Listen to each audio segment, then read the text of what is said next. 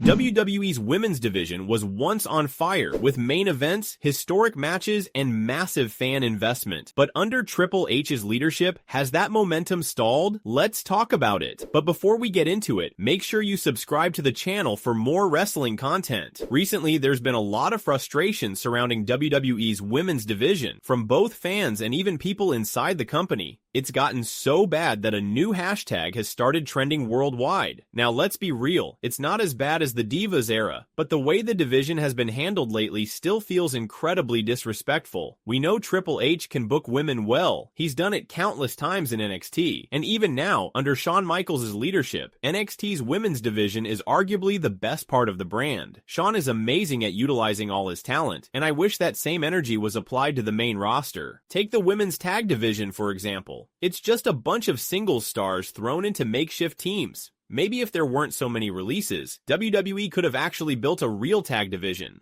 The current champs, Bianca Belair and Naomi, had a promising story with Jade Cargill, but it was completely dropped for months until they suddenly decided to revive it now. Bianca is a major star and did her best to elevate the division alongside Naomi and Jade, but what can you do when there are barely any actual teams to feud with? There's so much TV time every week, and yet the women aren't getting their fair share. Triple H seems hyper-focused on bringing back big names like The Rock or continuing his favorite storyline, The Bloodline. And while those stories have been incredible, they've come at the cost of the rest of the roster. Even when WWE finally introduced women's mid-card titles, which should have happened years ago, they haven't been treated properly. The Intercontinental and US Championships used to main event Raw and SmackDown, yet the women's mid-card titles barely get TV time, let alone a spot on PLEs. Both champions even lost their TV matches this month. And what about the world titles? They aren't given the same prestige as the men's. On Raw, Rhea Ripley and Liv Morgan's storyline dragged on way longer than it should have, and Liv had nobody else built up to feud with during her reign.